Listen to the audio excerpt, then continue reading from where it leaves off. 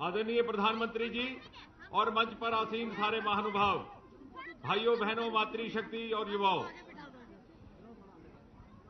किश्तवाड़ की इस पावन धरती पर, किश्तवाड़ की इस पाक सरजमीन पर भारत के प्रधानमंत्री, हिंदुस्तान के वजीर आजम और दुनिया के सबसे ऊंचे कदावर नेता श्री नरेंद्र भाई मोदी का स्वागत है, अभिनंदन है, खैर मकदम है। आदरणीय प्रधानमंत्री जी, किश्तवाड़ की ये छोटी सी नगरी देखने को भले छोटी लगती है, परंतु है ये एक अद्भुत नगरी। और अद्भुत इसलिए कि बिना मजहब व मिल्लत के भेद के, बिना जात पात के फर्क के, हर प्रकार के लोग यहां भाई चारे और मोहब्बत के साथ रहते हैं। हर सुबह यहां मंदिर की घंटियां और मस्जिद के अज़ान एक साथ सुनने को मिलते हैं। और सच पूछिए तो हिंदुस्तान की मजमूई तहजीब और भारत की मिली जुली सभ्यता का कोई बेहतरीन नमूना यदि देखना है तो इसी किश्तवाड़ क्षेत्र में देखने को मिलता है। परंतु एक ही शिकायत है और सदियों से चला आ रहा है एक गिला कि इस पहाड़ी क्षेत्र के लोग सदियों से पिछड़े हुए हैं और इस पिछड़े क्षेत्र के लोगों की वही पुरानी छोटी छोटी समस्याएं, बिजली पानी की समस्या, सड़कों की समस्या, बिजली के अभाव की समस्या, हाइड्रो इलेक्ट्रिक प्रोजेक्ट्स की समस्या, दवाखाने और स्वास्थ्य केंद्रों की समस्या, एसडीओ पीसीओ की समस्या। लेकिन और 65 वर्ष आजादी के बाद भी जिस लोकतंत्र की कल्पना करके, जिस जमहूरियत का तस्वुर करके हमारे पूर्वजों ने अपने प्राणों की आहुति दे दी, श्यामा प्रसाद मुखर्जी जैसे नेताओं ने अपने प्राणों के बलिदान दे दिए, उस लोकतंत्र की स्थापना आज भी यहां कायम ना हो पाई वास्तविक तौर पर, और वो जमहूरियत हकीकी तौर पर आज भी कायम ना हो पाई। बराए नाम जमहूरियत के नाम पर पीढ़ी दर पीढ़ी, पुश्त दर पुश्त पनपता रहा एक अजीबो गरीब खानदानी राज और एक तथाकथित लोकतंत्र के नाम पर पनपता रहा परिवारवाद। और हम इस बहलावे पे रहे कि यही शायद लोकतंत्र है, इसी को शायद जमहूरियत कहते हैं। जबकि आम इंसान गरीब का गरीब रहा, बेरोजगार का बेरोजगार रहा, अशिक्षित का अशिक्षित रहा, और एक आम नौजवान जिसको अपनी योग्यता, अपनी क्षमता, अपने परिश्रम के अनुकूल अवसर उपलब्ध होने चाहिए थे, उन अवसरों से वंचित रहा। परंतु प्रधानमंत्री जी, आज एक नई जागरूकता ने जन्म लिया है, एक नई आस बंधी है, एक नई उम्मीद जगी है। जब से 6 मास पहले श्री नरेंद्र मोदी ने प्रधानमंत्री के रूप में देश की कारभार संभाली है, 125 करोड़ का ये राष्ट्र प्रगति और उन्नति की एक नई दिशा में चल पड़ा है। और हर तरफ, और इस किश्तवाड़ नगरी में भी चारों तरफ एक ही गूंज, एक ही स्वर, एक ही आलाप, एक ही नाम, मोदी मोदी मोदी मोदी।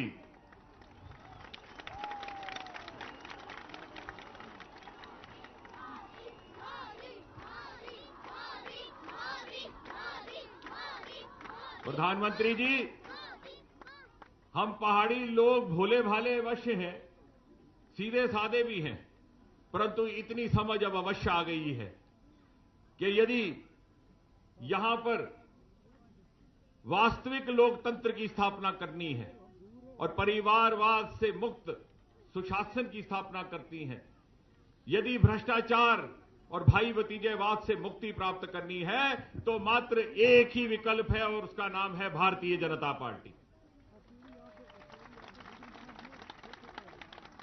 और जिस प्रकार का सुशासन प्रधानमंत्री जी आपने केंद्र में दिया है, यदि उसी प्रकार के सुशासन की स्थापना प्रदेश जम्मू कश्मीर में करनी है, यदि उसी प्रकार के सुशासन की स्थापना यहां करनी है जिस प्रकार की गुजरात, मध्य प्रदेश और छत्तीसगढ़ राज्यों में देखने को मिलती है, तो फिर भी एक ही विकल्प है और उसका नाम है भारतीय जनता पार्टी। प्रधानमंत्री जी, ज्यादा समय ना लेता हुआ मैं केवल इतना कहूंगा कि हम लोगों ने कई वर्ष और बड़ा लंबा समय संघर्ष में गुजारा है, परंतु अब संघर्ष का समय समाप्त हुआ। और अब समय आया है संकल्प का। बकौल फैज अहमद फैज वो वक्त करीब आ पहुंचा जब ताज उछाले जाएंगे, जब तख्त गिराए जाएंगे। आइए हम मिलकर ये संकल्प करें कि बराए नाम जमहूरियत के नाम पर ये ताजपोशी की रिवायत को दरकिनार कर देंगे और ये तथाकथित लोकतंत्र के नाम पर राज सिंहासन की प्रथा को दरकिनार कर देंगे।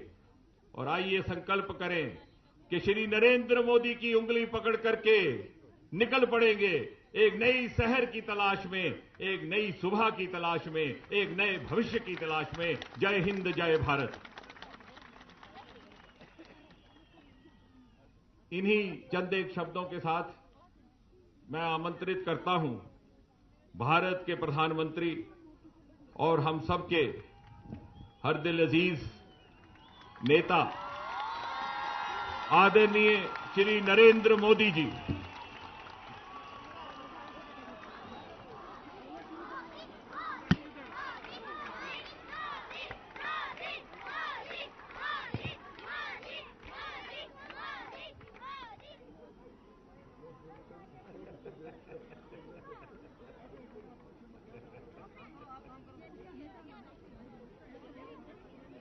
हाँ जी अच्छा करे कर दूं स्पीच मंच पर विराजमान भारतीय जनता पार्टी के प्रदेश अध्यक्ष ठीक है फ्री है सर श्रीमान जुगल किशोर जी, केंद्र में मेरे साथी मंत्री डॉक्टर जितेंद्र सिंह जी, श्री राम माधव जी, श्री राजेंद्र सिंह जी, श्री चंद्र प्रकाश जी, श्री सैयद शाह जी, श्री मुनीश शर्मा जी, श्री विजय मोहन ठाकुर जी, श्री अक्षय शर्मा जी, श्री अनिल परिहार जी, कैप्टन हुकमचंद जी, आशीष शर्मा जी, श्रीमान आरपी सिंह जी, श्री युद्धवीर सेठी जी, इंदरवाल के हमारे उम्मीदवार भाई तारिक किन जी, किश्तवाड़ के हमारे उम्मीदवार भाई सुनील शर्मा जी, डोडा के हमारे उम्मीदवार भाई शक्ति परिहार जी, रामबान के उम्मीदवार श्री नीलम लंगे जी, बनिहाल के उम्मीदवार भाई शौकत डैंग जी, बदरवाह के उम्मीदवार भाई दिलीप परिहार जी और विशाल संख्या में पधारे हुए मेरे प्यारे भाई और बहनों,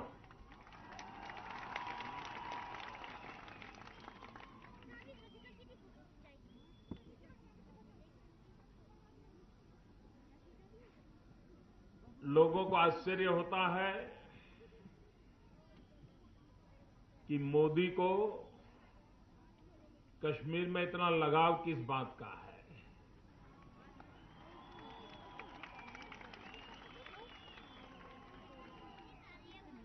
कोई महीना ऐसा नहीं जब मोदी कश्मीर ना आए हो। जुलाई में आया, अगस्त में आया, सितंबर में आया, अक्टूबर में आया और आज नवंबर में भी आ गया।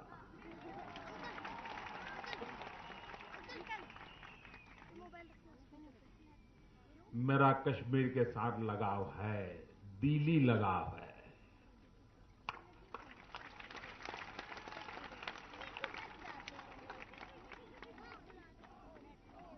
जो काम अटल बिहारी वाजपेयी जी ने शुरू किया है, उस काम को पूरा करना ये मेरी दिली इच्छा है और इसलिए मैं बार बार आता हूं।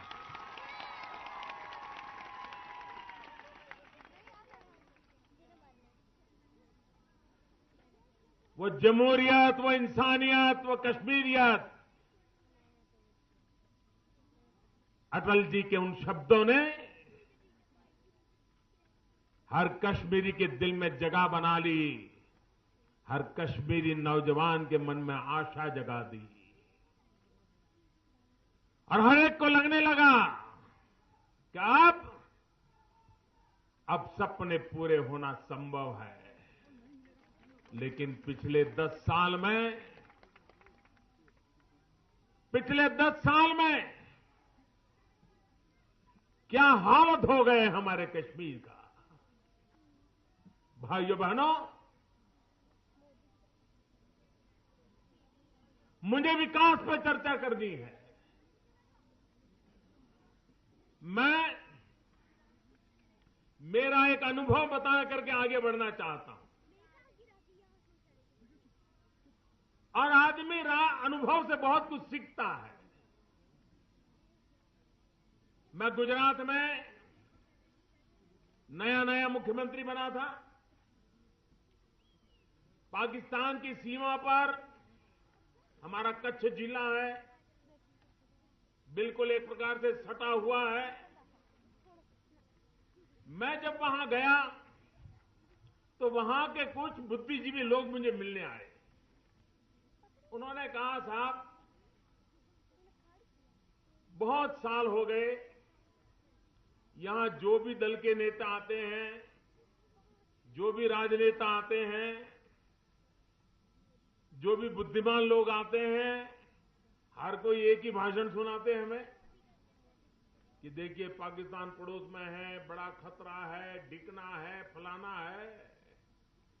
क्या आप भी हमसे यही बात करोगे क्या? मैंने कहा, आपका क्या सुझाव है? उन्होंने कहा, ये सुन सुन करके हम थक गए हैं। हमें विकास की कोई बात करे, हमारी जिंदगी बदलने की कोई बात करे, अगर आप चाहते हो तो उसकी बात करना। ये बात मैं मेरे कच्छ के अनुभव से बताता हूं। ये बात मेरे जहन में ऐसी उतर गई। और मैं कच्छ में कभी गया तो न मैंने कभी पाकिस्तान की चर्चा की, न सीमा की समस्याओं की चर्चा की। मैंने कच्छ के लोगों की पीड़ा की चर्चा की, विकास की चर्चा की, उनके दुख दर्द को दूर करने की चिंता की। और भाइयों बहनों, जैसे मैं आज बार बार कश्मीर की धरती पर आता हूं, मैं गुजरात में था, बार बार कच्छ की धरती पर जाता था। और वो कच्छ जिला जहां पर सबसे ज्यादा मुस्लिम आबादी है, गुजरात के सभी जिलों में सबसे ज्यादा मुस्लिम आबादी कच्छ जिले में है, जहां पर लोग जिला छोड़ छोड़ करके भाग जाते थे। पीने का पानी नहीं था, रोजी रोटी कमाने का साधन नहीं था, गुजारा कैसे करें इसका आता पता नहीं था। लेकिन भाइयों बहनों, पिछले 10 साल में जो कच्छ जिला सरकारी नौकर को अगर कच्छ जिले में रखते थे तो वो कहता था पनिशमेंट पोस्टिंग है, अब मैं तो वहां से कभी वापस नहीं आऊंगा, यही मानता था। कच्छ सुनना है ना, कोई ऐसा मानता था कहीं रेगिस्तान में चले गए, पता नहीं जिंदगी में वापस आएंगे कि नहीं आएंगे। भाइयों बहनों, मैं आज सबूत के साथ कहना चाहता हूं, जो कच्छ जिले में कोई जाने को तैयार नहीं था, वो कच्छ जिला हिंदुस्तान का सबसे तेज गति से विकास करने वाला जिला बना दिया गया। वहां 15 किलोमीटर की रेंज में 8,000 मेगावाट बिजली पैदा शुरू होना गया। 8,000 मेगावाट, पूरे कश्मीर में इतनी पैदा नहीं होती। वहां पर 5 किलोमीटर के एरिया में दुनिया का सबसे ज्यादा स्टील की पाइप पैदा करने का काम शुरू हो गया। जहां पर कपड़ों का काम चला, 3-3 हजार लोग एक कारखाना में एक पानी में काम करें, ऐसे कपड़े के कारखाने लग गए। जहां पानी नहीं था, जहां लोग छोड़ करके जाते थे। और उस अनुभव से कहता हूं, मैं पूरे जम्मू कश्मीर वासियों को विश्वास दिलाने आया हूं अगर कच्छ का विकास हो सकता है तो कश्मीर का भी विकास हो सकता है।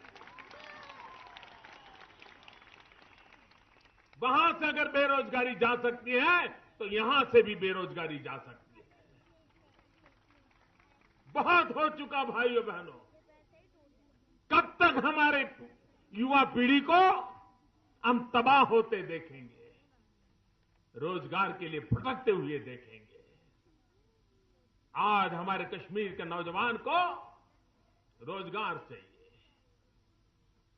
यहां के लोग इतने नेकदिल हैं। कोई टूरिस्ट यहां, मैं तो गुजरात का हूं, गुजरात के टूरिस्ट इतनी बड़ी मात्रा में यहां आते हैं। कभी किसी टूरिस्ट ने शिकायत नहीं की कि मेरा मोबाइल फोन खो गया था, वापस नहीं आया, मेरा बटवा गिर गया था, वापस नहीं आया। ये ईमानदारी का माहौल है यहां, ये प्रामाणिकता का माहौल है कि बटवा भी गिर गया तो वापस आ जाता है, टेलीफोन छूट गया तो वापस चला आता है। ऐसा ये प्रदेश है भाइयों।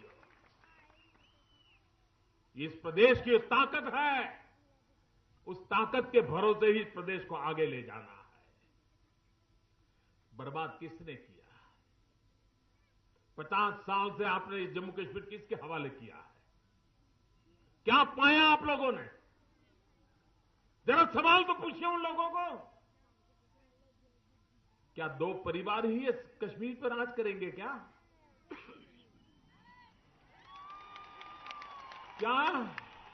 क्या यहां के नौजवानों में कोई नूर नहीं है क्या? क्या यहां के किसी परिवारों में दम नहीं है क्या? आप मुझे बताइए, आप में ताकत है कि नहीं है? आप जम्मू कश्मीर को चला सकते कि नहीं चला सकते? आप जम्मू कश्मीर को आगे बढ़ा सकते कि नहीं बढ़ा सकते? तो आपने इन 2 परिवारों को गिरवी क्यों रख दिया है? मेरे भाइयों बहनों, मैं पूछना चाहता हूं। और इनकी मिली भगत है, ये 2 परिवारों की परफेक्ट मिली भगत है जी। वो बराबर पक्का कर लेते हैं, ये 5 साल में माल लूटूंगा, लोग नाराज हो जाएंगे, गालियां देंगे, हमें निकाल देंगे, फिर तुम आ जाना, फिर तुम लूट लेना, फिर लोग गालियां देंगे, तुम हट जाना, हम आ जाएंगे। यहां पर लूटने का 5 साल का कॉन्ट्रैक्ट चल रहा है जी। जम्मू कश्मीर को लूट खरोच के कारोबार से मुक्ति दिलानी चाहिए। मैं जम्मू कश्मीर वासियों से कहना चाहता हूं, एक बार फैसला कर लीजिए। 50 साल से आपको पछतावा हो रहा है, अब कभी पछतावे की नौबत नहीं आएगी, ये विश्वास दिलाने में आया हूं।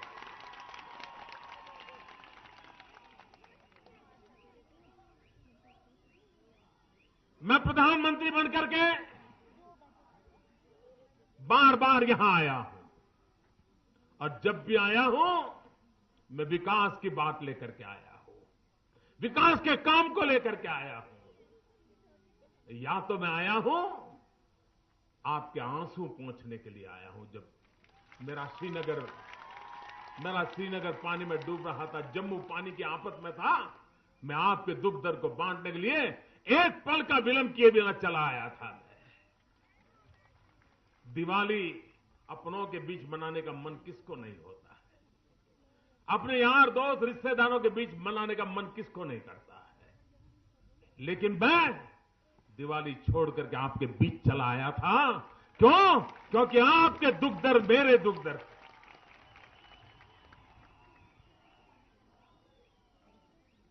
और इसलिए भाइयों बहनों, मैं आपसे कहने आया हूं, हमें जम्मू कश्मीर की इन वादियों को फिर से एक बार सारे दुनिया को निमंत्रित देने वाली आवाज सुनानी देनी चाहिए। हमारे यहां से सारी दुनिया को हम बुलाते थे, निमंत्रण देते थे, फिर एक बार दुनिया इस खूबसूरती का नजारा लेने आ जाए। वैसा कश्मीर फिर से बनाना है।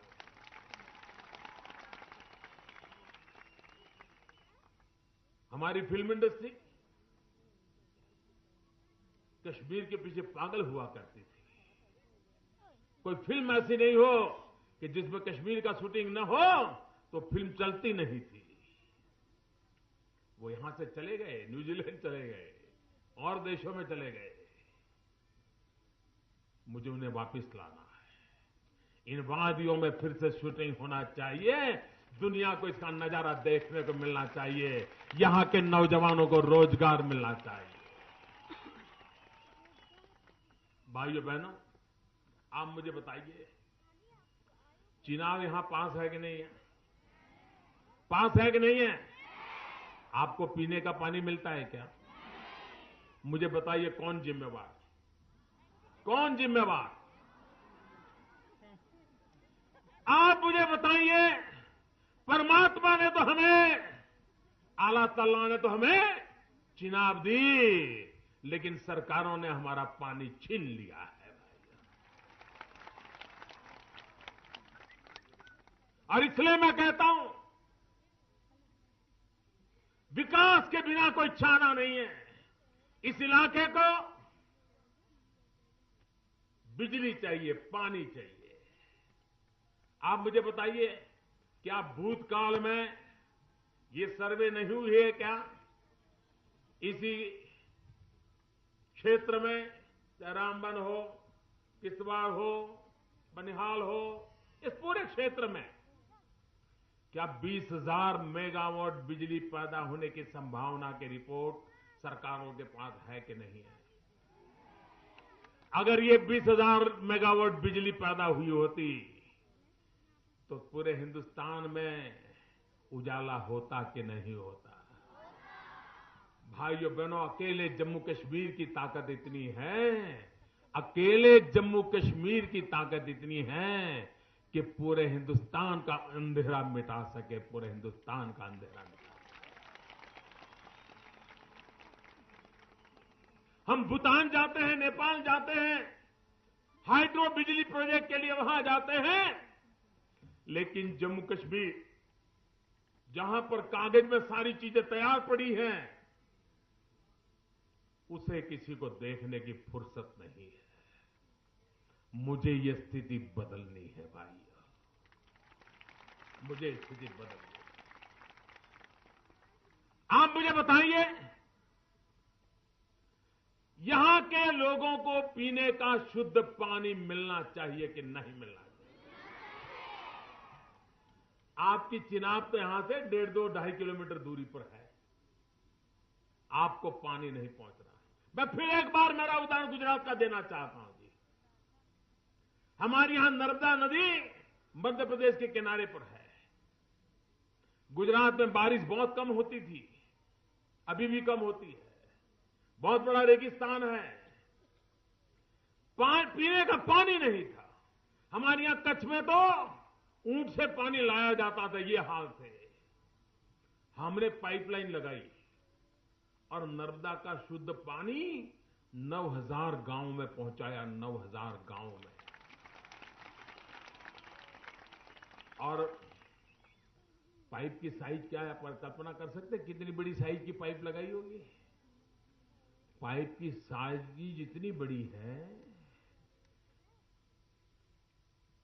कि हमारे अब्दुल्ला साहब का पूरा परिवार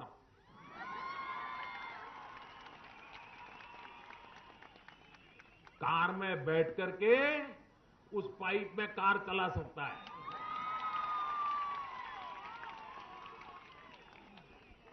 आप मारुति कार लेकर के अंदर जा सकते, इतनी बड़ी पाइपलाइन से पानी पहुंचाया। ये पड़ोस में चिनाब है, पानी नहीं पहुंच सकता क्या? मेरे भाइयों बहनों,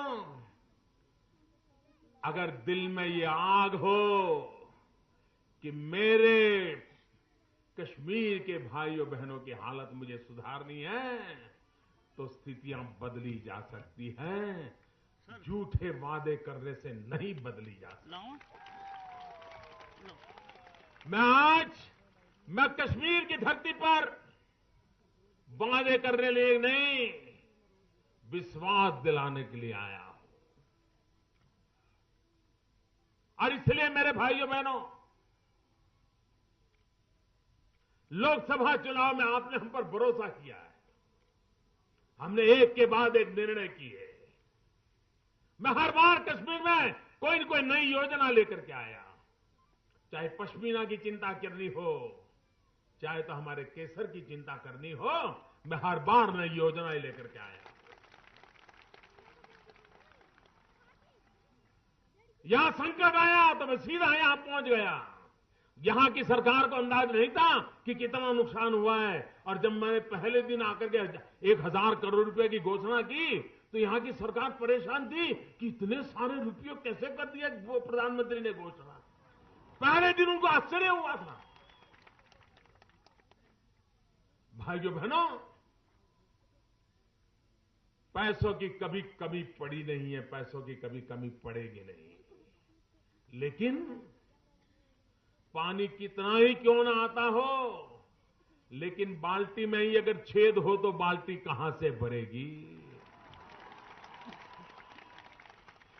यहां तो समस्या ये है कि रुपया आते हैं जाते कहां पता तक नहीं चलता है। आपको कश्मीर को समस्याओं से बचाने, कश्मीर को आगे बढ़ाने के लिए एक भी नया रुपया ना आए तो भी चलेगा, सिर्फ जो चोरी होता है ना वो बंद हो जाए तो भी काम चल जाएगा। इतना रुपया चोरी होता है यहां, इतना रुपया चोरी होता है। और इसलिए भाइयों बहनों, हमें भ्रष्टाचार से भी मुक्ति चाहिए। ईमानदारी से लोगों का काम करने वाली सरकार चाहिए भाइयों, और जिसमें काम की समझ हो, उसे पता हो कि कौन सा काम होना चाहिए। अगर एक बार ये पता चल जाए तो उसे पता रहता है कि कैसे बनता है। अभी मुझे पूंछ राजौरी के इलाके के कुछ गांव के लड़के मुझे मिलने आए थे, तो उनके गांव वाले मानते ही नहीं थे कि हमारे बच्चों को कोई प्रधानमंत्री के घर में एंट्री मिलेगी, मानते नहीं थे। अब उन बच्चों का एंट्री हो गया, मेरे यहां आए और बड़े उत्साह से आए थे। 30-40 बच्चे आए थे, अपना पूरा यहां का पहनवेश पहन करके आए थे। तो मैंने उनको पूछा कैसा लग रहा है, तो बोले हम तो बड़ी चिंता में थे। मैंने कहा क्या? तो बोले हमने जब तय किया कि हमको प्रधानमंत्री के यहां जाना है, तो पहले तो लग रहा था कि प्रधानमंत्री पता नहीं हमें घर में एंट्री मिलेगी नहीं मिलेगी, मिलेंगे नहीं मिलेंगे, लेकिन जब पता पक्का हो गया कि हमें तो मिलने के लिए आना है और आपने तो हमें नाश्ते पर बुला लिया, तो बोले हमने हमारे गांव में सूचना की। अब देखिए उन बच्चों ने मुझे क्या कहा। उन्होंने कहा हमारे गांव में टीवी नहीं है। आज के जमाने में कल्पना कर सकते हो क्या कि पूरा गांव ऐसा हो जहां टीवी ना हो। उन्होंने कहा हमारे गांव में टीवी नहीं है, लेकिन जब हमारे गांव वालों को पता चला कि हम प्रधानमंत्री के यहां जा रहे हैं तो जरूर टीवी पे आएगा, तो गांव वालों ने मिलकर के एक टीवी खरीदा है। आप कल्पना करिए भैया,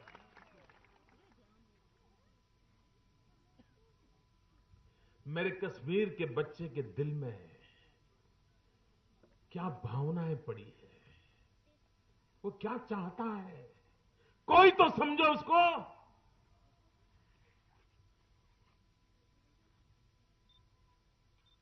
मैं इसे भली भांति समझता हूं।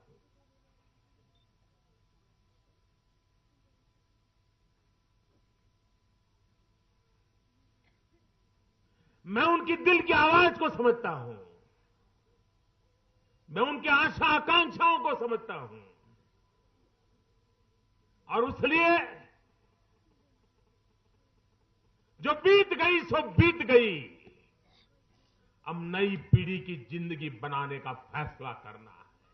उनको बर्बाद नहीं होने देना है। मुझे इस मुल्क को बर्बाद नहीं होने देना है। अपने ही हाथों से अपने ही भविष्य को डुबोना, ये रास्ता हमें मंजूर नहीं है। और इसलिए मेरे भाइयों बहनों, मैं आज आपसे आग्रह करने आया हूं,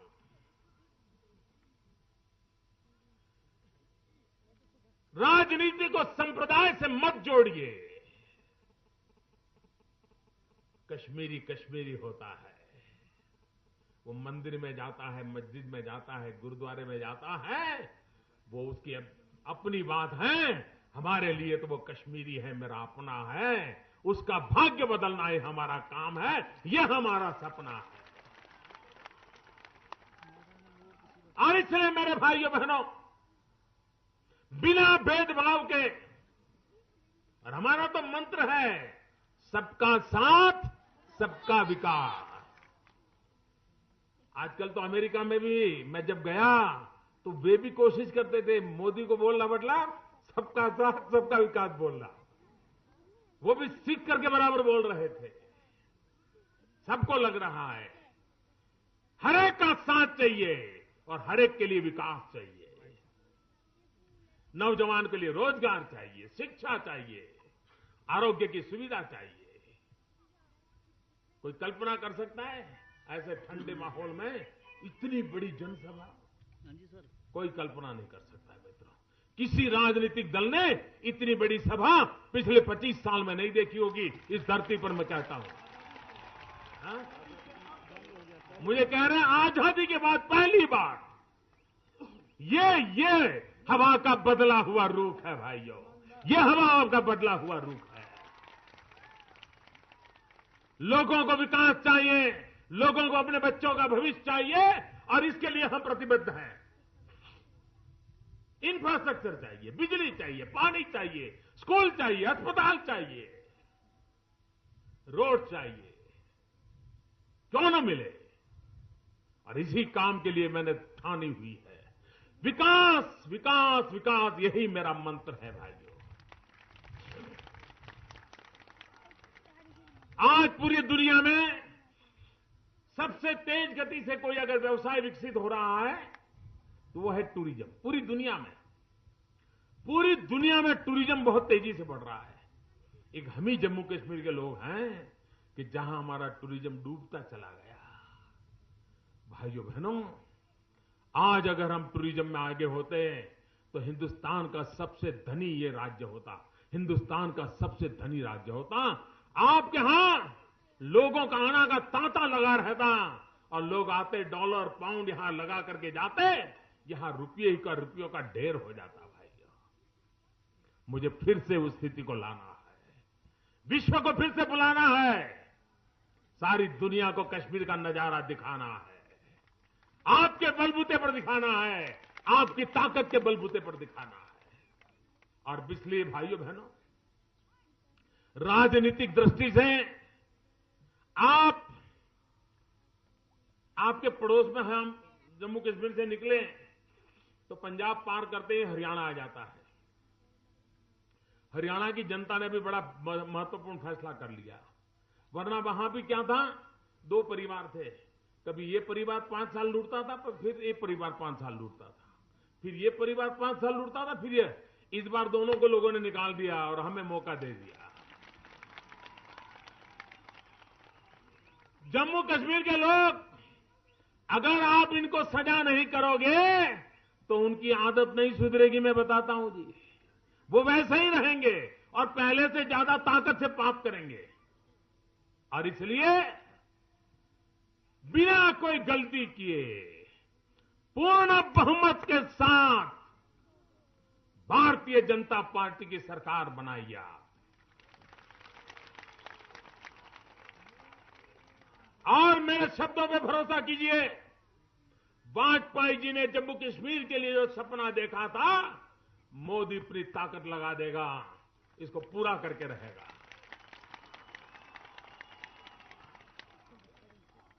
और भाइयों बहनों, आपने जो मुझे प्यार दिया है ना, मैं ब्याज समेत लौटाऊंगा, ब्याज समेत लौटाऊंगा, विकास करके लौटाऊंगा, विकास करके लौटाऊंगा। मुझे बताइए, यहां इतना झूठ फैलाया जाता है रेफ्यूजी के संबंध में, और हमारे यहां रेफ्यूजी भी अनेक प्रकार के हैं। यानी हमारे यहां एकदम पीओके के रेफ्यूजी से लेकर के युद्ध तक के रेफ्यूजी का पूरा चांस, करीब 12 लाख लोग हैं, 12 लाख लोग। झूठ फैलाया जा रहा है कि उनकी कोई चिंता नहीं होगी। मैं आज जम्मू कश्मीर की धरती पर कहना चाहता हूं, ये मोदी है, करके रहेगा। 50 साल से रेफ्यूजी की जितनी समस्याएं हैं, उन सबका समाधान करना, ये मेरा अपना राष्ट्रीय कर्तव्य मानता हूं मैं, अपनी जिम्मेवारी मानता हूं मैं। ये झूठ फैलाने वालों को मैं कहना चाहता हूं, आप लोगों को भ्रमित मत कीजिए।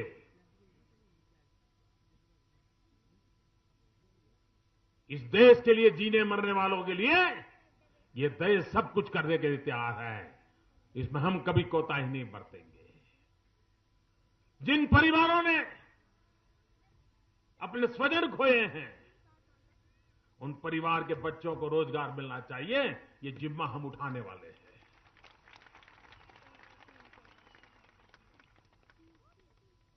उनके जीवन की सुरक्षा होनी चाहिए। ये जो बाढ़ के कारण आपत्ति आई है, मैं जानता हूं अभी जो सरकार है, उनके लिए तो आपत्ति एक अवसर बन गई थी। उनको लगा कि चलिए मौका पड़ा है, लूटो, जाते जाते लूटने को मिल जाएगा। और कुछ लोग इंतजार में बैठे हैं कि 5 साल वाला जो कॉन्ट्रैक्ट है हमारी बारी आएगी तो हम तो है ही है, लूट लेंगे। भाइयों बहनों, अगर इस बाढ़ पीड़ितों में से पुनर्वास चाहिए तो चोर लुटेरों के हाथ में रुपया मत जाने दीजिए। भाइयों, मत जाने दीजिए। इस संकट के समय मुझे आपके साथ रहना है, मुझे आपके लिए काम करना है, आपको संकटों से बाहर निकालना है। हमें सेवा करने का अवसर दीजिए भाइयों, और हमें सेवा का अवसर देंगे, आपको कभी पछतावा नहीं आएगा। ये मैं विश्वास दिलाता हूं आपको। और इसलिए मेरे भाइयों बहनों, आज इस किश्तवाड़ की धरती से पूरे जम्मू कश्मीर को आपका संदेश जाना चाहिए कि अब जम्मू कश्मीर किसी परिवार के यहां गिरवी नहीं रखा जाएगा। अब जम्मू कश्मीर के नौजवानों के सपने किसी के आश्रित नहीं होंगे। अब जम्मू कश्मीर का भविष्य किसी की कृपा पर नहीं चलेगा। हम अपने बलबूते पर खड़े होंगे, अपनी ताकत पर खड़े होंगे। और दिल्ली सरकार आपके साथ कंधे से कंधा मिला करके चलने को तैयार है भाइयों। पूरा हिंदुस्तान आपके लिए खड़ा है। 125 करोड़ देशवासी आपका भाग्य बदलने के लिए आपके साथ तैयार खड़े हैं भाइयों बहनों। मैं निमंत्रण देता हूं आपको, मैं आपको निमंत्रण देता हूं। आइए, भारतीय जनता पार्टी के कमल निशान पर बटन दबाइए, भारतीय जनता पार्टी की सरकार बनाइए, पूर्ण बहुमत वाली सरकार बनाइए, आधुनिक जम्मू कश्मीर बनाने के लिए बनाइए। मैं कहता हूं स्किल इंडिया, मैं कहता हूं डिजिटल इंडिया। ये मेरे कश्मीर से शुरू होना चाहिए। डिजिटल इंडिया की शुरुआत भी कश्मीर से हो, स्किल इंडिया की शुरुआत भी कश्मीर से हो। आप देखते ही देखते हिंदुस्तान की रौनक बदल जाएगी दोस्तों, पूरे हिंदुस्तान की रौनक बदल जाएगी।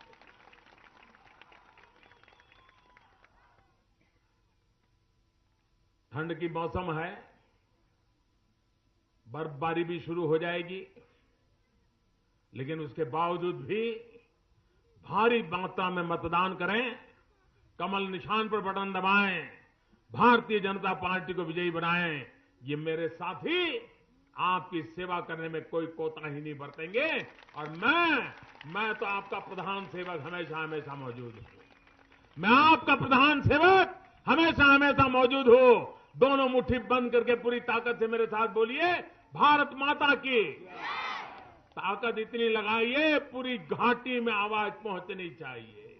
भारत माता की, भारत माता की, भारत माता की।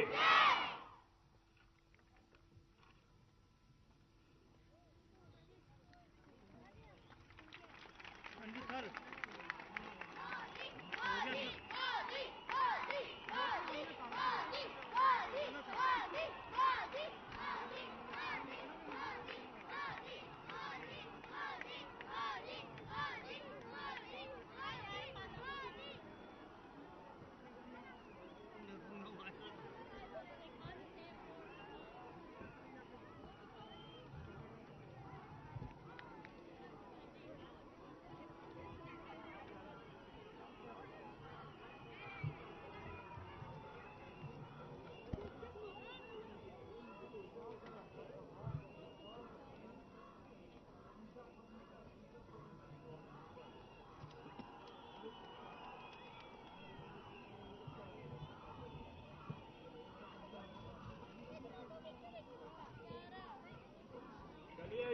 की माला हमेशा हमेशा याद रहेगी।